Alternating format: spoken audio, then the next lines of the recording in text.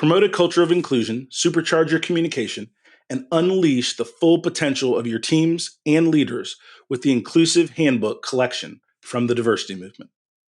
As part of the collection, I wrote the Inclusive Leadership Handbook with Kurt Merriweather to empower leaders with tools needed to cultivate a culture that fosters creativity, innovation, and employee engagement.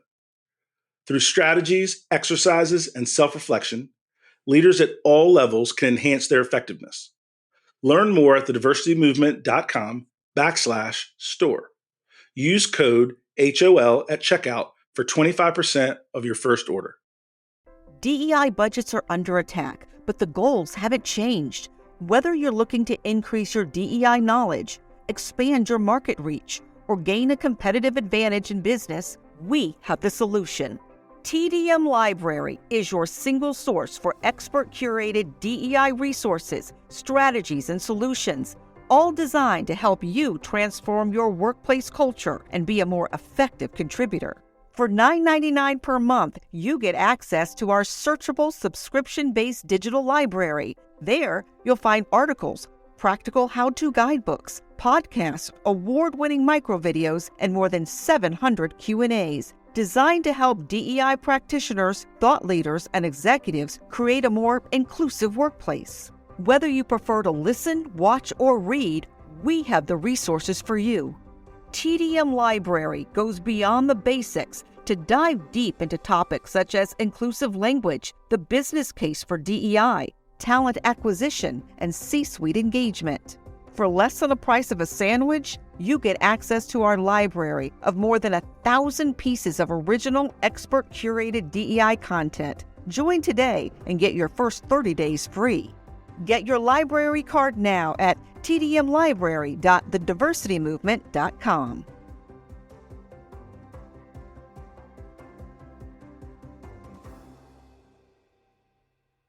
You can't stop me, nothing's gonna stand in my way.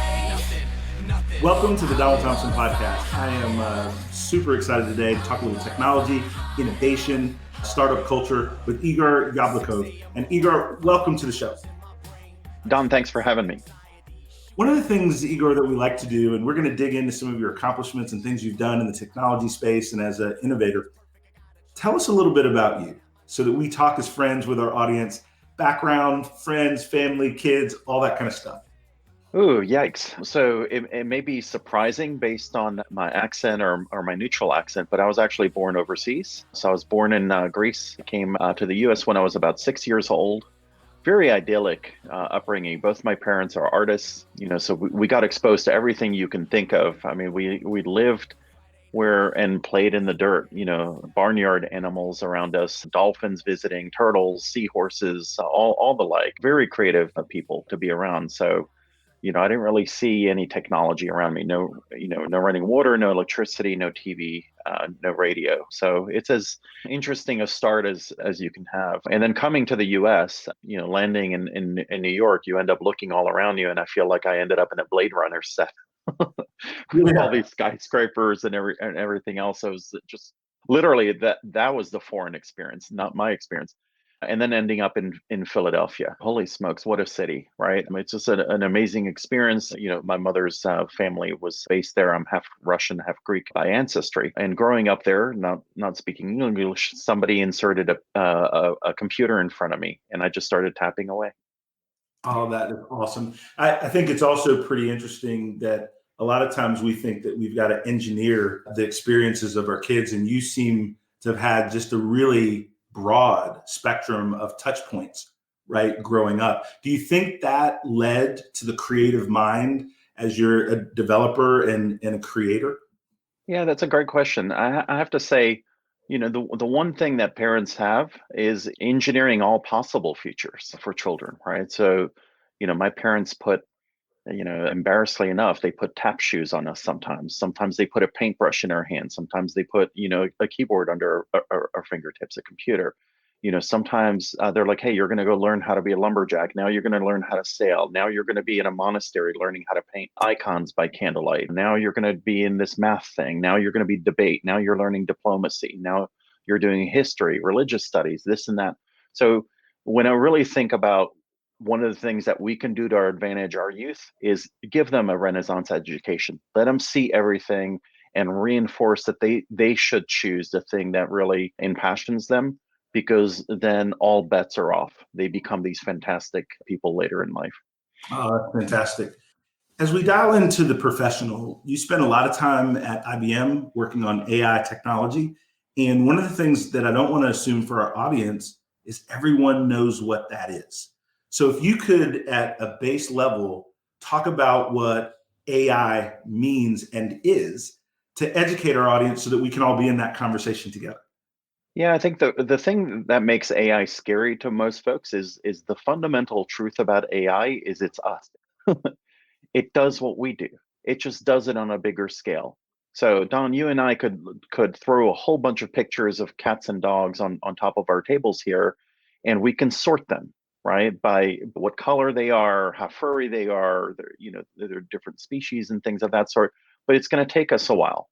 Well, with feature engineering, we can figure out what does a cat have, what does a dog have, and it can quickly parse through that and cluster them in these two different buckets. So really, when we really think about AI, people like me, practitioners, never wanted to call it AI. For us, it was either machine learning or other types of things, making multimodal portals and the like. And yet, just like cloud came out of nowhere, practically, the media started, connecting the dots between science fiction and some of this software that started feeling smarter, with the rise of extra compute and cloud computing and the like. And now, here we are talking about AI. No, fantastic. And I really appreciate the very straightforward example, right? The ability to automate and scale human behaviors. And that is something that we are all trying to do, is get more efficient, get things done faster, things of that nature. One of the things that I was thinking about in anticipation of our discussion, and you mentioned it kind of offline, is how do we take this artificial intelligence, this AI technology, and make it more available, right, for people that are emerging entrepreneurs, emerging business people? What are some of the thoughts that you have there? Yeah, and that's one of the things that we're seeing, right? Is that these style of technologies can actually grow the distance between haves and have-nots, right? If you look at the companies that are worth over $1 trillion are the ones that are able to leverage these type of cognitive technologies, to their benefit, right? Why?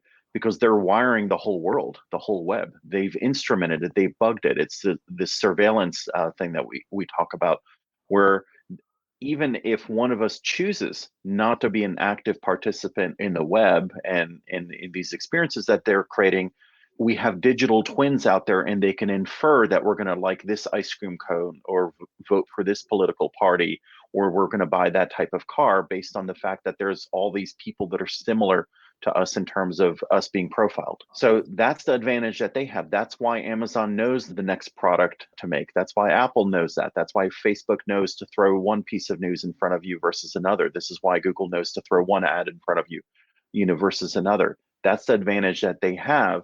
And I really think about what that means, if you're a small, medium business owner, as you have more of that value going there, what do we end up with? Scraps? Yep. When you think about, one of the things when I talk with technologists, people that are creators, can you teach innovation, or is or is Well, it a natural talent? Right, you know what I mean? Is it something that I can learn to do better, or is it a gifting? yeah, a great question. So I'm an Eisenhower Fellow, and one of my peers, Steve Welch, co-founded Dream It Ventures in Philadelphia, and he wrote this great book that's called "We're All Born Entrepreneurs."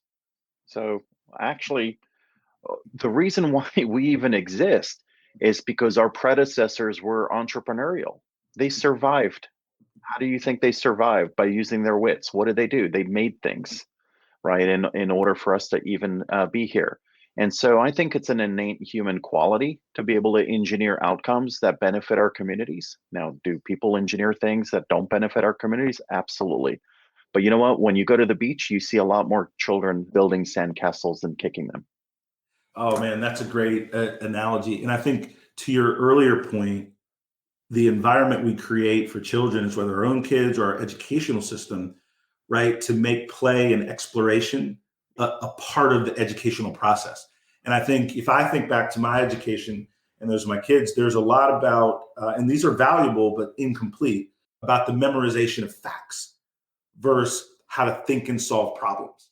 And I think what you're talking about is how do we, with our young people, expand on that ability to think and solve problems, right? And one leads me to another question.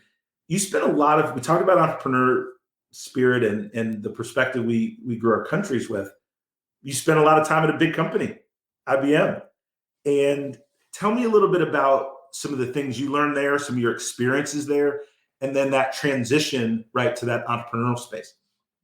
Yeah, that's a tough one too, right? Because somebody like me, you would look at saying, all right, you probably were an entrepreneur and a black sheep there compared to the other people that you would have expected to have worked there. But then at the same time, they hired me. So they wanted that in their organization as well. And so it's that, very strange dynamic. We had a lot of this technology early, right? I was even quoted in a 2005, I think, Popular Science magazine. And I'm like, look, I don't know why you even need a remote control. I can just talk to our television in the lab. So how come you don't have that at home? I want you to have it at home, and it's ready for the carriers, the Comcast and the Time Warners to already deploy such technologies. It took 10 years, to take something like that out of the lab before it showed up on an Amazon Fire TV and similar services. So now, whenever you do these podcasts, Don, you got to look at people like me and with squinty eyes and say, "Holy smokes, what the heck's in your house and in your offices that we're not going to see for 10 years that we're going to think is science fiction, a decade from now?" And anytime you encounter practitioners, ask them that question, and you're going to see them smile, and Mona Lisa smiles about the things that they're working on, and that's exciting. Do we want to bring it to people faster? Absolutely. Are there bugs to be worked out and things to be optimized, things to be integrated? Still, yes, of course. But it's really exciting when you see where this stuff will go. And that was what was maddening at IBM is things before it was cloud, we had it. Before there was AI, we had it. Before there were iPhones, we had it. We had all of these different things, but they stuck to their guns. Hey, we're an enterprise company. We're not going to make an Amazon Echo-like thing, because back then we were building chips, together with Sony and Toshiba called Cell Architecture for the PlayStation 3. And then, some of us on that multimodal research team are like, well, wait a minute, we can put a microphone on that puppy. And then everybody started laughing that nobody's ever going to have a microphone in their house. So wait a minute. So now that brings us, right, and hopefully you'll continue, to Alexa and those and involvement in those types of technologies and getting them actually to market. Yeah, so like I said, there's early inklings that something like this could be built at IBM. When they didn't want to greenlight the project, I left, started a company. By 2007, I was holding up a Razor flip phone, if you all remember, and I had a baby version of Alexa on that puppy that I could just flip open like a little Star Trek communicator and talk to her. And we presented this at the first ever TechCrunch Disrupt conference in San Francisco, and everybody was scratching their heads, having no idea what we were talking about and what we were showing them. My own family members, when I would test it in the back of cocktail parties and the like, thought I was crazy. And talking to myself, and let me tell you, some of the people that started tracking our progress, that at the same time that I was on stage, we were already secretly working with Apple for them to figure out what it would look like on a smartphone before they even announced a smartphone. And that was well before they acquired the Siri team. Wow. I'm interested in a lot, but what keeps you moving forward with that conviction when other really smart people, other smart business people are saying, no, that's silly? Like, you took that risk, right, to go on your own, alone, while people were snickering, family and friends. What is it about the technology, but also about you as an entrepreneur that just wouldn't let it go? Yeah, that's neat. I can tell you from the inside out, it's this. Do you have the conviction that something like this is going to exist as an interaction method, as a technology, as an application, as any business, right? Any one of us, do you believe that this is going to exist? And so that's the first question that you ask yourself. And then the second question is, all right, if I know that this is going to exist, who's going to build it? And then you kind of look around, right? You look at other companies, you look at other, other academics, people in all, from all walks of life. And then you start realizing, holy smokes, you get goosebumps almost. That person is me. I'm the one that's meant to make this. Somebody else is meant to make that chocolate eclair. Somebody else is meant to build that airplane. Somebody else is meant to build that car for us. Somebody else is meant to build these other things that we take advantage of in our personal, professional lives. But this is my thing. I'm supposed to be the one making this for everybody else. And when you realize that, you have no problem stepping on that virtual bridge like that third Indiana Jones movie. No, that's awesome. It's And faith. it is. And it's and what you described is kind of like that ability to believe enough in self, right? So I think it's faith, but then there's also either a little bit of confidence or a lot of crazy that it should be me, right? Like to actually go and do it, right? People can think the thoughts that you described, but then you actually did it and push through. One of the things that I'm interested in hearing about as a technologist, now you're transitioning to the CEO role. You're building a company. Eventually, you've got people in payroll.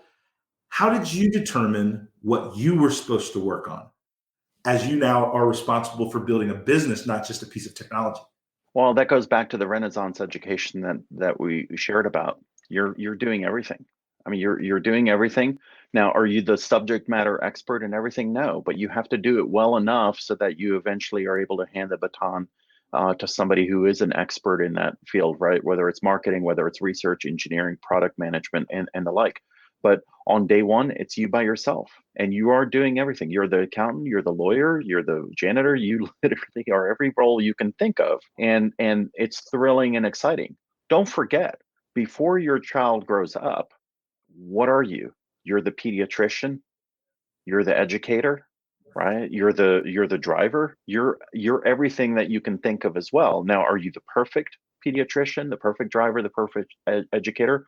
Of course not. And over time, you'll have folks that are more specialist, where we say it takes a village, right, to rear our children. So you got to think of it in the same way. You have to do it long enough. You have to, nurture this child company long enough until the experts can come in at the right moment and run with the idea, run with the product, run with the technology, and then fill in the blanks that you're just not going to be capable of. And then people still value you as the parent, right? Because you're going to still be able to do King Solomon like tiebreakers, right? Where you're going to be able to make decisions with incomplete information. You can make intuition driven information. You can enter new markets that people don't quite see. That's your role. And then certainly lots of human relations, right? Investor relations, stakeholder relations, government affairs. You are that person that describes what this means for the world. That's powerful. One of the things I wanted to come back to is you mentioned a book, and I want to just make sure you repeat the author. We Are All Born Entrepreneurial. And I want to read it personally, and I want to recommend it to our audience. Could you share the author's name one more time? Sure. It's Stephen Welch. We're all born entrepreneurs. That is a fantastic thing. If any one of us looks at ourselves in the mirror and says, "I can't do that," I'm like, "Of course you can, right?" It just has to be the thing where you feel empowered and confident that you're the person to do that. That's the first step. The second step, if you want to know more things about AI in general, because I know you had asked that question already, there's an absolutely fantastic survey of the state of the art in AI that's very approachable. It's called T minus AI. It's written by Michael Kanan, who's the chairperson of AI at the U.S. Air Force. Eric Schmidt is the former CEO of Google, is raving about this tome as well. Very easy read. It literally starts telling you about where AI came from a single cell organism onwards. So if you love the BBC Connections show from the 70s, that's the journey it'll take you on. No, that's fantastic. And I really appreciate that, because one of the things with what we're doing with this show is not only sharing the success of entrepreneurs, but people that want to dig in. Let's give them some content in places where they can get smarter faster. And Right. I appreciate, while you are a deeply technical person, leader, the examples you've used have been really, really easy to follow. And I appreciate that, right? Like as we're ramping up. Here's another question as we think about the state of business and technology and different things. And you mentioned it. You mentioned how the Facebooks of the world, the Googles of the world are programmatically showing you content that they have created lookalike audiences. They know you without knowing you. Mm-hmm. Where's that line for you in terms of what you can do with technology versus what you should do with technology? Yeah, that's interesting. For me, in some cases, I've played it safe because we deal with enterprise applications, right? So it's a lot easier because the only things that I return, as a result from our AI are the things that the corporations host inside of their company. I will say the consumer tech companies have a harder time of it because they have to deal with the world's information. And as we all know, the world is full of bad guys and all sorts of, horrible things are happening to people out there on Facebook and Twitters and YouTubes and the like. And it's a no-win scenario, right? If they do police it, then it's like, oh my gosh, First Amendment rights, you're not clamping down and you're not giving people equal access to it. And then if they don't police it, it's like, oh my God, these people are attacking our system of government and hating on people and the like. And it's a no wins scenario, which I find a little bit more ludicrous that in some ways our government abdicates responsibility for such things and just puts it on the doorstep of by not regulating it to the big tech companies. Where are they supposed to be our last line of defense for our government? Do we really want that to be something that they're doing? And like I said, these aren't easy questions. These are relatively new technologies, and we haven't figured out. I will say this though, you know, social media. Should we really be giving people under the age of 18 access to that? Mm. Because they don't do that in their own families. They don't allow their children to have access to, and yet they'll throw all sorts of lobbyists out there to talk about how it's, oh my God, it's an important part of their experience and forming and knowledge transfer and blah blah blah. And look, they can always paint a happy scene with it. So it's things like that as a community, as we're learning about the pros and cons of these different style of technologies and all the information that they're emitting about us, we have to figure out. Yeah, I forget the name of it, but I watched a documentary on Netflix that was talking about social media and how some of the leaders from the companies don't even let their kids use it. And that was so eye-opening in terms of the confirmation of, right, how we're all being manipulated to a degree when we're living in that social media space, because learning is about repetition. And so you start seeing a narrative again and again, right? Your natural inclination is to believe, right? Because of the number of times you've seen it, and it starts to depress your that natural healthy skepticism, right? To where you look at multiple sources, you talk to different people, but those screens are talking to us, and we've got to fight against that. So I agree with you in terms of us as parents and people. We have to look at that social media landscape, and there's a lot of good, but there's some things that we need to be mindful of in terms of how we learn and how we're manipulated a little bit. Yeah, I think you were referencing Social Dilemma on Netflix. Yes. And, and, Yeah. and look, the solution to all this stuff isn't more technology. It's actually less. If I look at many nations that are more homogeneous, right, compared to us, right? So think Switzerland, Israel, and places of that sort. They have national service. I'm sorry. From between high school and university, we need national service. We're a heterogeneous nation where rural doesn't understand urban, black doesn't understand white, and vice versa. Males versus females, and all of these things that get taken advantage of as wedge issues by politicians to try to compartmentalize us. More important than not, we need a lot more cohesion. That's not going to be solved by AI. It's not going to be solved by social media and fancy pants applications and phones and things like that. We need places where we can work together, Mm. with all of the diverse, attributes that we have. It's just so much simpler to cut us all into pieces now with these technologies because they make it really efficient. But you know what? When you see, four or five or six, pairs of arms lifting a building, if you're going to do Habitat for Humanity, or you're getting sent on a mission overseas for the Peace Corps, or you're in the military together, that just changes your opinions because now you have your actual eyeballs have experience working together with these folks, it's the true antivirus when other people try to whisper in your ear and say that your neighbor is an evil entity. You're Oh, insulated from it because you've worked with them. that's going to be one of our sound bites for sure, Igor, because the true antivirus, right? And it's people on the ground working together. And I couldn't agree with you more. The more we participate in constructive work, partnership with people, now all of a sudden when you see that narrative on TV and social media, you're like, whoa, that's not how that's my friend. Right. Right. And, I use this example a lot, but I have a good friend, John Samuel, who's blind. And our relationship has created more empathy, more perspective for his life experience than I ever would have had just reading about it or going to a class or anything like that, because he's my friend. So now all of a sudden, I want to make sure that the environment in the digital space is just as good for my friend as it is for me. Right. So now digital equity means something more to me. ADA compliance means something more to me than just legal or risk. I want my friend to have the same access that I do. Right. And so I appreciate that expansion of that thought very much. One of the things I want to highlight, and this might be a little older, I don't know the date, but it's really cool. You worked with a company called K4 Connect, and they partnered with your firm Prion, and you actually put AI into practice to help caregivers. Can you tell me a little bit about that partnership and how you used AI technology to really help people that in many ways are underserved during this pandemic? Yeah, so that's a great one. Scott Moody is a fantastic mission-oriented founder, CEO. His last company actually was acquired by Apple and turned into the Touch ID sensor that we all have on our phones and tablets and the like.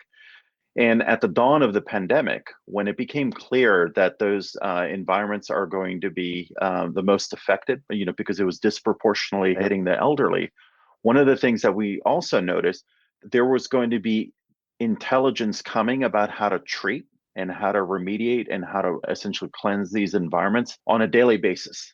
And caregivers were already getting overwhelmed by the day-to-day information that was coming about the virus as we were learning about it, right? Practically in real time. And so that's where AI can effectively read all of this content and then get rallied under a single natural language interface for these essentially caregivers to have access to. And so when we saw that, I called them up and say, hey, let's move quickly on this. And we actually set aside many of the other things that we were doing commercially just to make sure that they can have fast access to something that they wouldn't normally be able to consume in a time scale that made sense. It's just an amazing mission. And then people are like, well, wait a minute, why do you care about these elderly folks? And I just, laugh back in some ways. I'm like, who do you think our mentors are? What, you think I popped out of my mom knowing calculus? Is that what you think? It's like, no, these are our mentors. These are the people that help us. These are the folks that pass the baton. These are the folks that we turn to, right, for their wisdom because they've experienced the world already.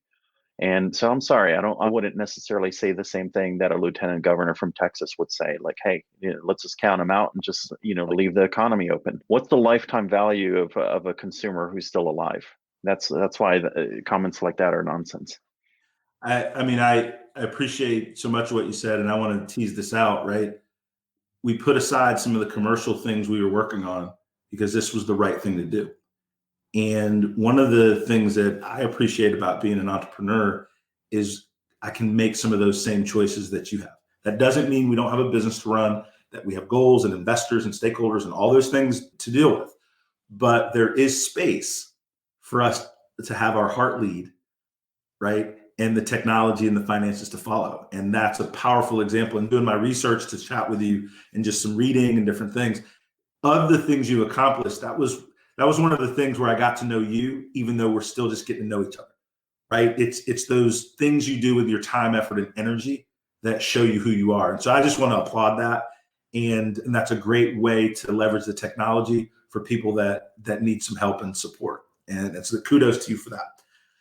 When you think about talking to an emerging entrepreneur, what are some of the mistakes you've made? What are some of the points of advice you would give if someone were having a cup of coffee with you, talking about going into a venture, becoming an entrepreneur? Yeah. So, well, I actually typically start the conversation like this. 50% of what I'm about to tell you is wrong. The problem is neither you nor I know which is which. That's the first thing. Because every battle is different, every war is different, every time frame is different. The talent, the resources that they have available, the environment looks different. Things that worked in 2019 no longer worked in 2020. Things that worked in 1820 no longer work in 2020. Everything changes. The technologies change, the people change, the education changes, the competitive environment, whether or not you have to deal with international things, the regulations change. So so even the exciting thing about working in the tech industry is the fact that every half decade, forget about every decade, every practically every year, everything changes. From the standpoint of brain elasticity, you know, some of the what I would say ethical things, things that have staying power, those are always consistent, but should be using this technology or that technology. It's changing too quickly, right? So those are experiences that are perishable. Ultimately, it gets to that thing. I get asked this a lot. Hey, should I start this company? I'm like, what are you asking me for? Do you feel it, boiling from the inside out of you, where you feel like you're the person to do this? Because here's the one things that I can appreciate. And I remember my chairman at the time telling me this. I came to him when we were doing the M&A deal with Amazon, and I said, "Hey, I have this really big problem, that I need to solve between, several different companies that were trying to acquire us at the time, Amazon, Google, and several others." And I'm like, what do I do? This is a very sophisticated problem, and I have to decide X, Y, and Z, and lawyers are involved, and all this stuff is involved. And he's like, you're the only one that knows the answer to that. And yet, I felt both, scared and excited at the same time, because it was just the way that he framed it is, look, you've lived this for years. You've read every email. You've been on all these calls. You visited all these customers, partners, these acquirers, and everything else. You're the only one that has, full visibility into all of the different pieces that fit into this decision. And it made sense, when he framed it that way. Yeah, and that's what I would say. I mean, it makes sense when you actually frame it that way. So even though we get these little time slices where people come to us for advice, feedback, and everything else, ultimately they're the ones that are on this journey with their teams and their stakeholders. They have far more information. At the same time, I also appreciate that we have to impart the little drops of water here and there, because one of the really interesting things that I noticed when I tried to look back in time as a business leader, we all obviously try to plot the most efficient path to goals for our teams. I tried looking for the critical path. I couldn't find it. I stared for it. I tried looking for, oh, if I just did this and this and this and filtered everything out, I would have gotten to this goal faster. It didn't exist. Everybody was important. Talking to a 95-year-old was important. A 5-year-old was important. A 60-year-old, seeing a demo. This venture capitalist, this scientist, this engineer, this business person, these marketing people doing this, launching this customer, doing this announcement. Talking to that reporter.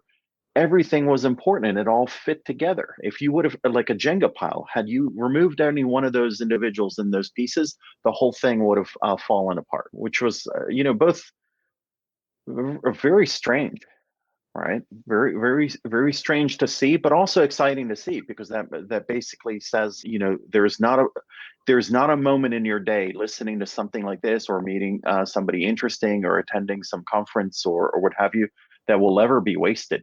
Even if you don't even see it, why it's relevant today, it's going to be tucked in. You're going to actually dedicate, a portion of your brain to that content that you consumed, or the person you met. And it may just fire something 5 years, 50 years from now, 7 years from now, when you cross paths with something else, and you won't even know that this thing influenced you. I mean, what you just described, like, that's one of the reasons, like, I don't say no to a cup of coffee, right? Like, it might be scheduling with somebody, but I learn something, I hear something, I share something that I hadn't remembered for 10 years, if somebody's asking me a question, and you always get better through that powerful interaction. And so I appreciate it. I've got one final question, because I want to be careful with your time. I'm so glad that you agreed to spend some time with us. Tell me about the characteristics of leaders that you admire, right? You've done some really cool stuff with IBM and obviously, M&A deal with Amazon and negotiating with Google. So you've interacted with a lot of folks that are in that upper echelon of business and technology. What are some of the things that you've seen in leaders that you admire, that you're like, this is a quality that I would like to duplicate, emulate, that kind of thing? So in some cases, that question is also like find the critical path. So we talk about, hey, let's put Steve Jobs on a pedestal, Elon Musk on a pedestal, Bill Gates on a pedestal, Bezos on a pedestal, all these other folks, maybe certain politicians and what have you, until we realize they're as complex as we are and they're human. So they're going to do some things right. They're going to do some things wrong. They've just happened to do one more thing right than wrong. And from a statistical standpoint, they're able to achieve some level of success. I look at certain things that Musk does, and I'm like, hey, this is intriguing to me to make this call and agitate the team to be high performers. Or Steve Jobs certainly did that to great effect. But then what's the human toll of the fact that they put their teams on this death march, and they made these amazing products and stuff like that, and you see their engineers and to be wistful and reminisce about the fact that they created these great products, but then 50, 100 years from now, those things are what, dust, and so what really got left behind. So it's kind of finding that tightrope between doing these things, but then at the same time, how are you still you? How can you still be human in the process as well? And, do you really, want people remembering you that, oh my gosh, you delivered, a product XYZ with this feature and you had this patent that seemed awesome today, but 100 years from now won't mean anything. And you're just a link in that chain. And so what are you going to be left for? This is why actually what's curious to me is when people have amazing outcomes, M&As and IPOs and stuff like that, and then I start peeking at, all right, what philanthropic things are they doing? When I exited, I pivoted. I didn't, start a next company. I went and did an Eisenhower Fellowship. I did a Truman National Security Fellowship, set up a scholarship, did all of these things because I'm like, this is healthy to go and see what's happening with the rest of the world, because you get put in this bubble, building these companies, as you would all, certainly know, listening to this. Even walking through a grocery store felt weird after the exit, because I haven't seen the inside of one for, over 5 years. Now, here's the interesting plot twist. I walk into my grandparents' room, and my grandmother is laying there, and I told her, hey, don't worry, just sold the company. I'll be able to take care of everybody. You won't have to worry about anything ever more. Worked really hard these last 5 years. And she just looked up at me, blinked, and said, big deal. We worked hard the last 80. And so there's somebody I look up to. So it's not a Musk, it's not a Bezos, it's not this or that. It's the fact that when we look at what our parents, grandparents, great-grandparents, so on and so forth, went through to even make the life possible that we have right now, those are the people that we compete with, because we'll never measure up. That's the biggest truth that I can say. And mic drop. That's great. I don't have anything to add to that except my thanks and appreciation for you to spend some time with us. Really enjoyed it, and stay in touch. Looking forward to amplifying this with you, and have a blessed rest of the day. You as well, my friend. I fear, I question my drive. I tell myself I'm worth it. No one's perfect. I gotta try. I'm working at my craft. This podcast is edited and produced by Earfluence. If you're looking for more information on how full-service podcast production can amplify your voice, build your community, visit earfluence.com. Thank you for listening, and we'll see you soon on the Donald Thompson podcast.